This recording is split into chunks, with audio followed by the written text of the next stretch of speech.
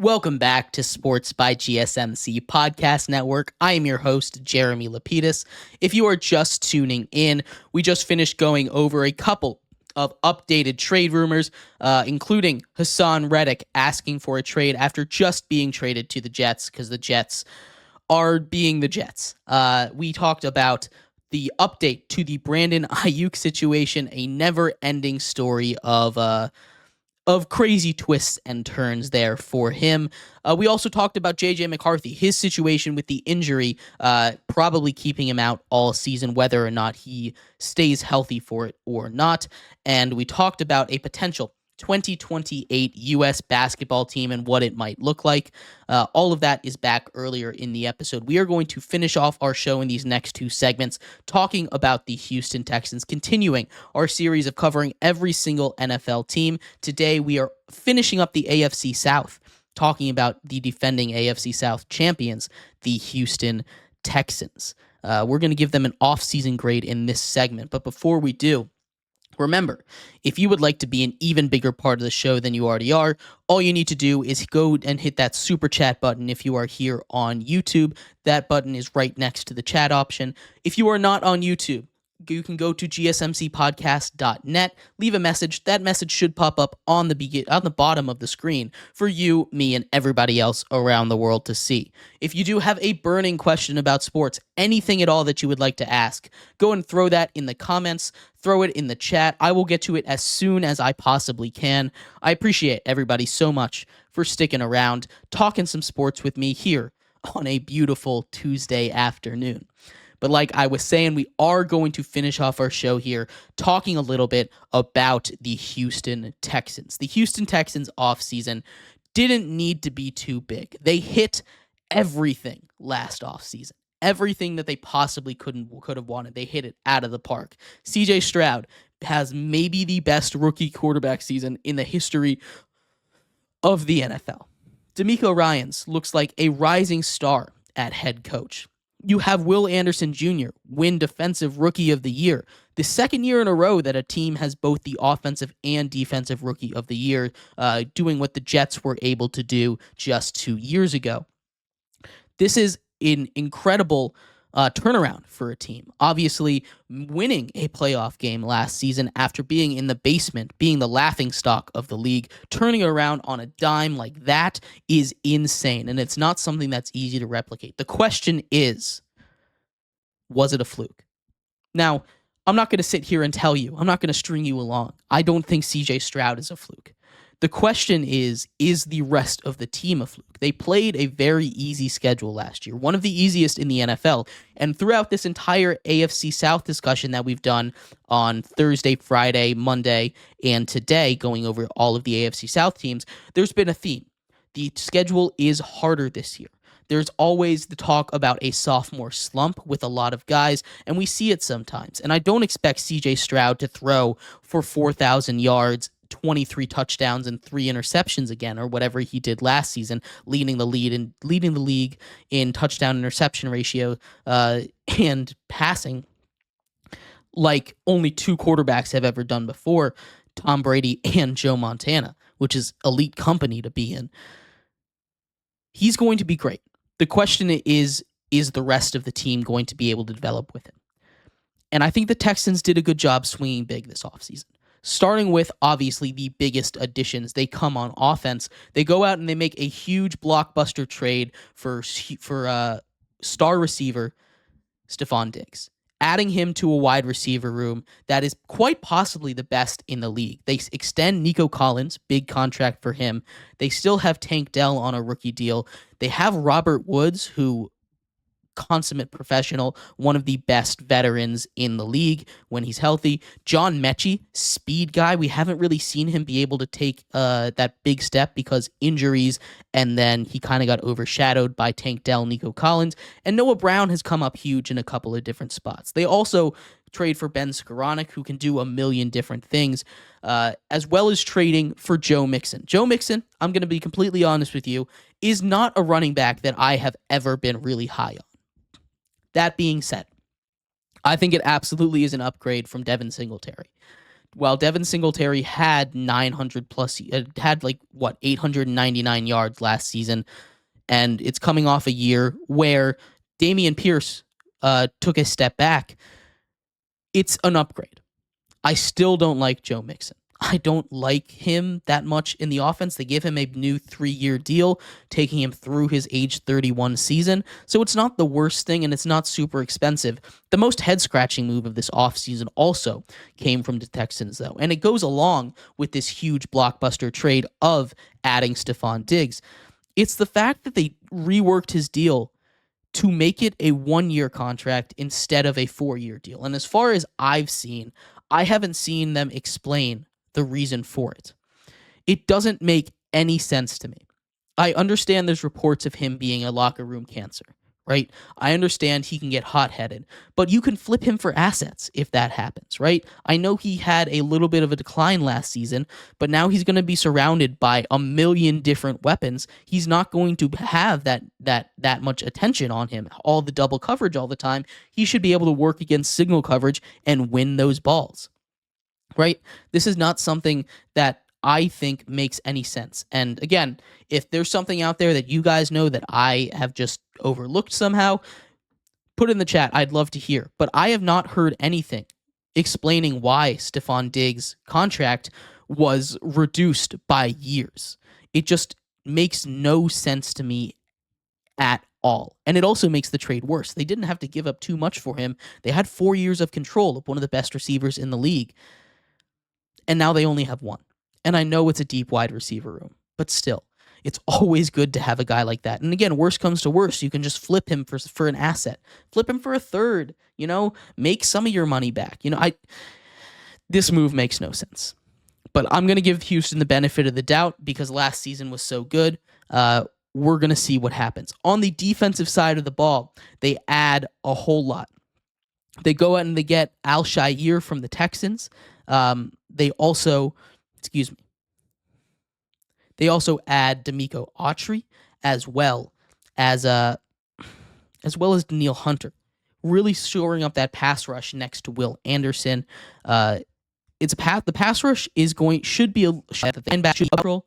They use a couple of linebackers to free agency. Well, Eric Jr., the third-year guy now, should be really good, as well as Jalen Petrie, who took a big step up. Jimmy Ward they bring in, and they their first-round draft pick, Kamari Lassiter, is a guy that I really liked coming out of college. Talking about their draft, it was interesting because obviously they gave up a lot to move up in the draft last year and draft Will Anderson Jr. It all works out there. So they don't have a pick until the second round. They have 2 picks in the second round, though. They draft Kamari Lassiter. We already mentioned him. I really like that pick. I think he should be really good. They also get some offensive line help drafting him in and the depth behind Laramie Tunsil, one of the best offensive linemen in the league. The rest of the offensive line needs some work. Now, it's not the worst offensive line, but it does need some work. It's kind of fine. There's no one else on this draft board other than Kamari Lassiter that I expect to come make a huge impact on this team aside from injuries. The question really is how much is where problems become or splitting the ball between all these, especially if you're looking at a fantasy standpoint. You have now Tank Dell, who exploded onto the scene, Nico Collins, who you just gave a big extension to, and Stephon Diggs. That's a lot of stuff. Not to mention Dalton Schultz, who quietly is one of the best tight ends in the league here, who you bring in from Dallas last season, as well as Joe Mixon, who you need to get the rock to. This is going to be a tough team for the offense to go all around. But this team has all the weapons it needs. And we saw the defense be able to step up in big spots and be opportunistic. This defense should be better. The defense isn't great, but it has potential. Now, when we're talking about the offense's potential is through the roof, all the way up to the moon. It has the potential to literally be the best offense in all of football. Do I think it will be the best offense in all of football? No. But this is a team that won 10 games last season. This is a team that snuck into the playoffs on the literally the last play of the season, basically. And this is a team whose win total right now is set at 9.5. I'm going to give them a B- for the offseason. mostly because of that head-scratching move of bringing in Stephon Diggs and then reducing his contract. It would have probably been a B+, but I just don't understand it at all. So I'm going to change that to a B-. But anyway, we're going to take a quick break here, and when we come back, we're going to see whether or not I have the Texans going over or under that number of 9.5 wins, improving or getting worse on last season's results, and if they can best the Colts, who currently, through 3 teams in the AFC South, have the division lead. We'll talk about all that and more coming up next here on Sports by GSMC Podcast Network. Welcome back to Sports by GSMC Podcast Network. I'm your host, Jeremy Lapidus. If you are just tuning in, we just finished talking about the Texans offseason. I gave them a B-, mostly because of a head-scratching decision to take 3 years off of the Stephon Diggs contract. In this segment, we're going to see whether or not they go over the projected 9.5 wins set by Vegas, and if they can take the division for the second year in a row. We'll also go over the AFC South standings, as this is the fourth and final team that we have to cover in the AFC South. Football's right around the corner, guys. We're almost done with this. But before we get into that, remember, if you would like to be an even bigger part of the show than you already are, all you need to do is go to gsmcpodcast.net. Or if you are on YouTube, do the super chat feature. If you do either of those, a message should pop up on the bottom of the screen for you, me, and everybody else around the world to see. If you do have a burning question about sports, anything at all that you would like to ask, go ahead and throw that in the comments, throw it in the chat. I will get to it as soon as I possibly can. I appreciate everybody so much for sticking around, talking some sports with me here on a beautiful Tuesday afternoon. But like I was saying, we are going to finish off our show today talking a little bit about the Texans season preview. We're going to go through all 18 weeks, all 17 games, see if they can take this division for the second year in a row. Currently, as it stands, through the 3 teams that we've given, the Colts have the division lead. I have them going 10-7. We'll see if the Texans can beat them. So, and the AFC South, this, like I've said with all the teams before, it's a harder schedule. The Texans also, along with playing a tougher schedule, have to play a first place schedule now, which puts them against teams like the Chiefs and the Bengals. This is going to be not as easy of a year. Again, they won 10 games last season, and I do think they improved this offseason, but it was marginal improvements, so we'll see how much of a difference this makes. Week 1 of the 2024-2025 NFL season, CJ Stroud and the Texans take on the Colts. This is a rematch in Lucas Oil of the game that sent the Texans to the playoffs last year. Heartbreaking game for the Colts. I think the Colts get their revenge in week 1. The Texans fall to 0-1. Week 2, they get the next coming of the quarterback in Caleb Williams at home. Home opener, CJ Stroud versus Caleb Williams should be a star-studded game after what we saw in week 1 of the preseason with Caleb Williams. I'm going to give this game to the Texans. The Texans improve to 1-1 on the year. Week 3, on the road against the Vikings, the Sam Darnold-led Vikings, as JJ McCarthy, we talked about earlier today, goes down with a torn meniscus. I think the Texans take care of business, win this one, although I do think this won't be as easy as some people think. They improve to 2-1 on the year. Week 4, taking on the Jacksonville Jaguars at home. Trevor Lawrence, the $55 million man, loses this game. The Texans win, improve to 3-1. That's 3 straight victories for the Texans. Another huge test for them. They take on Josh Allen and the Bills. But you know what type of game this is? This is a revenge game. This is a Stephon Diggs revenge game, and I think he's going to go off. The Texans win this game. Stephon Diggs goes for 5 touchdowns and 400 yards. I'm kidding about that. But the Texans do win this game. They improve to 4-1 on the year. And then they get a little bit of a 1-week break before going back against playoff teams. They take on the Patriots in Foxborough. That team's a mess right now. The Texans take care of business, improve to 5-1. Week 7 against the Packers up in Lambeau. This should be a really good game. Potential Super Bowl matchup, maybe? Possibly? We'll talk about our Super Bowl picks later, but the Texans win this game up in Lambeau, improve to 6-1. That is now a 6-game winning streak for the Texans. This is a really good Texans team. I don't know what to tell you. Week 8 against the Colts once again. This time it is this time it is on the road. Week 1 is at home. I do think that the Colts take care of business and that winning streak. The Colts are the only team so far to take care of business against the Texans. They fall to 6-2 through 8 weeks. And that's where we stand at the halfway point. 6-2 on the season. Bye week is a little ways down the line. There is a tough rest of the year. Again, like I said, it's not easy. They get the Jets, the Lions, the Cowboys, the Dolphins, the Chiefs, the Ravens, all down the stretch. That is not an easy schedule. That is a lot of playoff teams to go up against. But they're in a good spot. They're 6-2. They only need to win 4 out of the last. They only need to win 4 out of the last 9 games, so they can go below 500. Or they just need to win 5. Excuse me.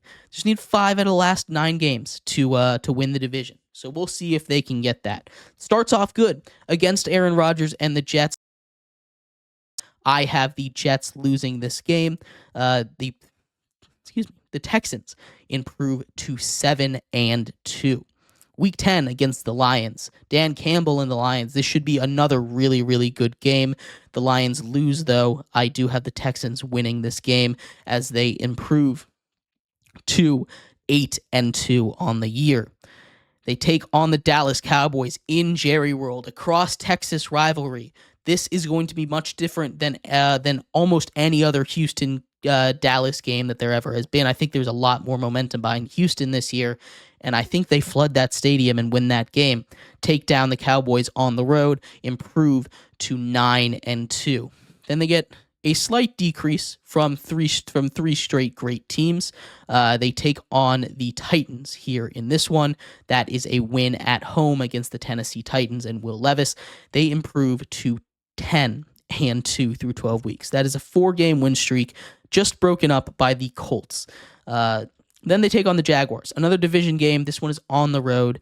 Right before the bye week, a lot of games have been played, and this is coming off of a bye week for the Jags. I'm giving the Jags a win here. Heading into the bye, they're now 10-3, sitting pretty on the top of this division. The Colts, as it stands right now, are 6-7. So they have a pretty commanding lead in this division. This is all but wrapped up, but this is a tough schedule down the stretch after the bye week. The Dolphins, then the Chiefs, then the Ravens, then the Titans on the road. This is not going to be an easy schedule by any stretch of the imagination. I do have them beating the Dolphins, though. I think the Dolphins are going to struggle a little bit against some good teams, and this is in the middle of a brutal stretch for them. Down the stretch of that season. We talked about it earlier. I think they beat the Dolphins in this one. Then they get the Chiefs, and Patrick Mahomes is going to do his thing on the road in Chiefs Kingdom. The Texans lose this game. They fall in Week 16 to the Chiefs. Then they get the Ravens and Lamar Jackson, and this one is going to be really good, but I am giving this one to the Ravens, even though it is in Houston. Final week of the season, they're currently sitting at 11-5. They've locked up the division. They rest their starters against the Titans, and I have the Titans beating them to close out the season. They finish out the year at 11-6. It's not quite good enough to be the 1 seed in the AFC, but it might be good enough for the 2 seed based on the entire AFC South standings. I teased this battle between the Colts and the Texans while we were going through all of this. The Texans finish at the top of the division at 11-6. Second place in the division goes to the Colts at 10-7. The Colts did take down the Texans twice, though, this season, so they get a playoff spot at 10-7. Then we get to the two that didn't make it. We have the Jaguars finishing at 7-10 on the year, and the Titans at 4-13. This is going to be a much harder schedule for the AFC South, but I do have the Texans and the Colts advancing to the playoffs. Let me know what you think of anything I said about the Texans or the AFC South. I'd love to hear your comments or anything else you thought of while during the show. If there's something you'd like me to cover, again, throw it in the comments. I'll take a look at it before we do our show tomorrow, but I appreciate everybody so much for sticking around, talking some sports with me today here on Sports by GSMC Podcast Network. I've been your host, Jeremy Lapidus. I hope everybody has a great rest of your day. We'll be back here same time, same place tomorrow, covering all the biggest news in the world of sports and on to a brand new division to cover in the NFL. I will see you then. I hope you have a great rest of your day. Bye-bye.